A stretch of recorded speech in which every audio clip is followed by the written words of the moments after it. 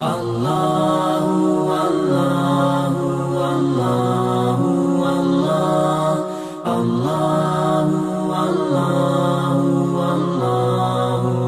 اتا ترک نے جنگ عظیم کے بعد جب خلافت اسلامیہ ختم ہوئی، قسطنطنیہ یعنی استنبول اس کا دارالخلافہ تھا، سلطان عبدالحمید پر آ کر یہ خلافت ختم ہوئی اور کمال اتا ترک نے بے دینی کا نظام وہاں نافذ کیا، اور بے دینی کا نظام ایسا نافذ کیا کہ کسی شخص کو داڑھی رکھنے کی اجازت نہیں تھی، اذان عربی زبان میں دینے کی اجازت نہیں تھی، قرآن کریم چھاپنے کی اجازت نہیں تھی، پڑھنے پڑھانے کی اجازت تو دور کی بات ہے، مدرسوں کے تو بات دور کی ہے۔ ایسی بے دینی اس نے پھیلائی کمال اتا ترک نے، اور پوری دنیا سے اور عالم اسلام سے ترکی کو کاٹنے کے لیے جو حربے اس نے استعمال کیے وہ انتہائی المناک اور دردناک اور افسوسناک تھے۔ ایک کام اس نے یہ کیا کہ ترکی زبان مسلمانوں کی علمی زبان تھی، اور یہ ترکی زبان وہاں سے نکل کر پورے ایشیائی پٹی پر شمالی حصے سے ہوتی ہوئی شمالی وسط ایشیا کے ممالک سے گزرتی ہوئی سنکیانگ جو چائنا کا صوبہ ہے، جس کا اصل نام مشرقی ترکستان تھا، ترکی سے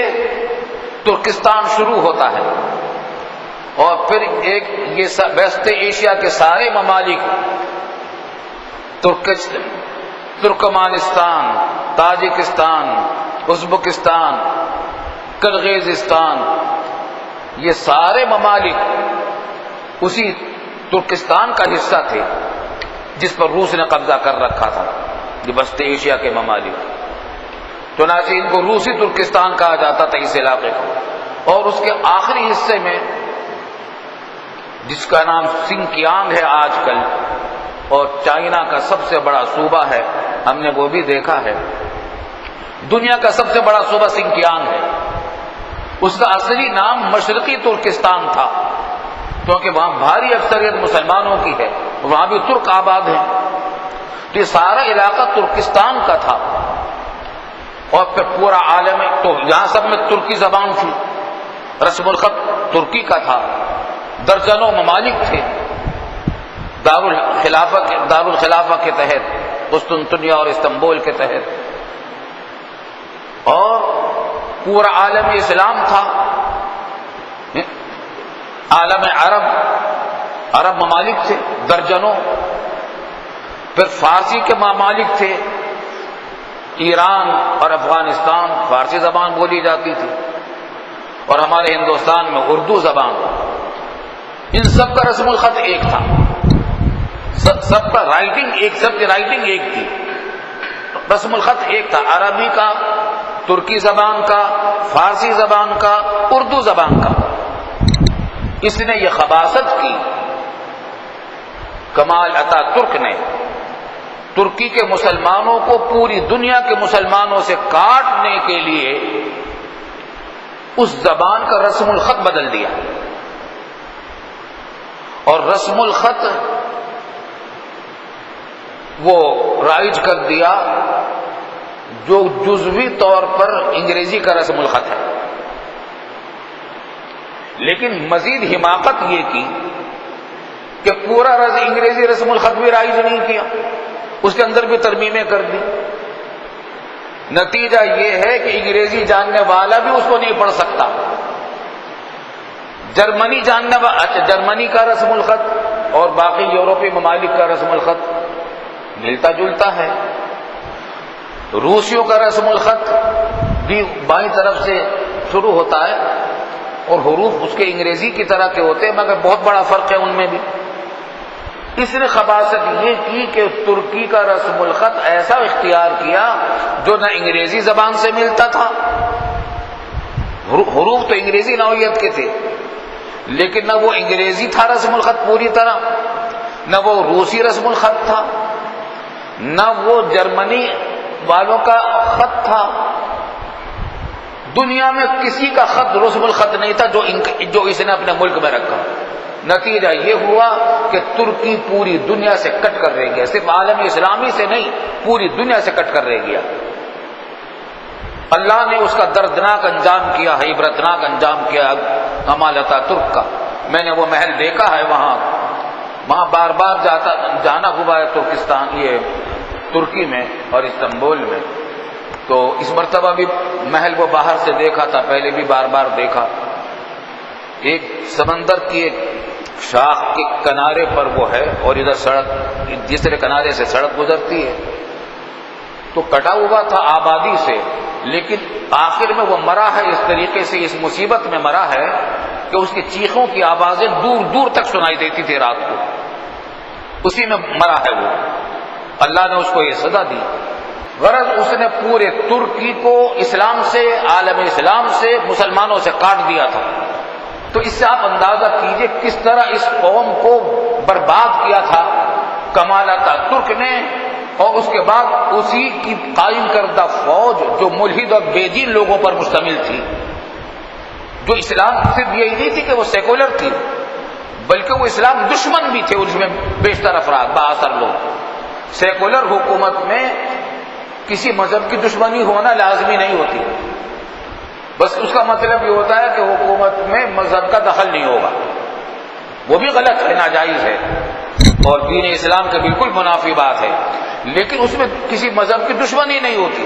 اس میں تو خاص طور سے اسلام کی دشمنی پر مبنی تھی یہ پوری کی پوری پالیسی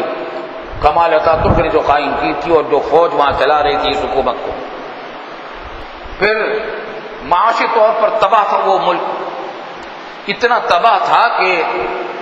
حیرت ہوگی آپ کو کہ لاکھوں وہاں کا سکہ ہے لیرا، لیرا اس سکے کا نام ہے۔ اس وقت کیفیت یہ تھی کہ $1 کے لاکھوں لیرے آتے تھے، لاکھوں لیرے آتے تھے۔ $1 کے لاکھوں لیرے کا ایک دارہ تھا۔ لیرے کی قیمت کیا رہے گی؟ اس کے نوٹ جو تھے، چھوٹے سے چھوٹا نوٹ پر لاکھوں کا حصہ بنا ہوا ہوتا تھا لیرے کے۔ تو وہاں کسی کی خریداری کرنے کی ہمت نہیں پڑتی تھی۔ اس کے بعد ایک مرتبہ میں وہاں گیا تو واپسی میں ایک سویٹر میں نے خرید لیا، تو اس سویٹر پاکستانی روپے کے حساب سے شاید وہ $600 کا پڑا تھا، مگر وہاں کے لیرے کے حساب سے وہ ہزار لیروں کا، 10-12 ہزار لیرے کا تھا۔ وہ صرف کرنسی کا یہ حال تھا ان کو، بالکل تباہ تھی کرنسی۔ کہاں تو یہ تھا کہ ہزاروں اور لاکھوں لیرے کا ڈالر ہوتا تھا،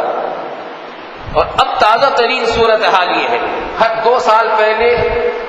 ہم جب گئے تھے اس کے مقابلے میں اب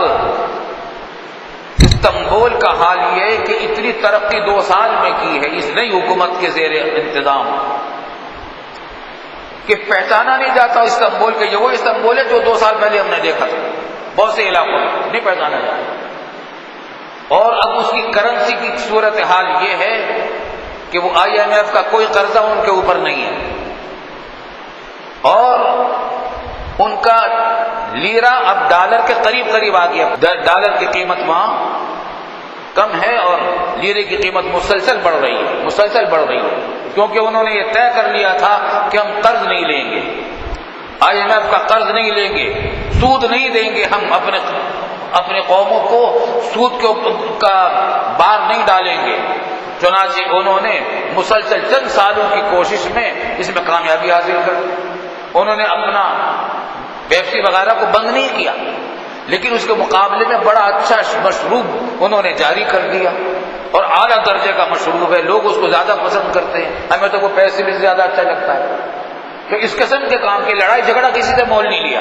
نعرے بازی انہوں نے نہیں کی، کام کیے قاعدے کے۔ نتیجہ یہ ہے کہ وہ اب کسی کے مقروض نہیں ہیں، اور ان کی کرنسی کی قیمت مسلسل بڑھ رہی ہے۔ اللہ تعالی ہمارے حکمرانوں کو بھی توفیق دے دے، اور اگر ان کے مقدر میں توفیق نہیں ہے تو ہمیں اچھے حکمران عطا فرما دے، سمجھدار، جو نعرے بازی کم کریں اور کام زیادہ کریں۔ اللہ تعالیٰ ہمارے حالات کی بھی اصلاح فرما دے، وہاں کے لوگوں عوام کی حالت بھی قابل سبق آموزی ہے۔ ہمارے ہاں جو بد نظمی اور عجیب طرح کے انداز ہے وہ ان میں نہیں ہے، لوگ مہذب شائستہ لوگ ہیں۔ اللہ تعالیٰ ہمیں بھی بہترین کی توفیق عطا فرمائے۔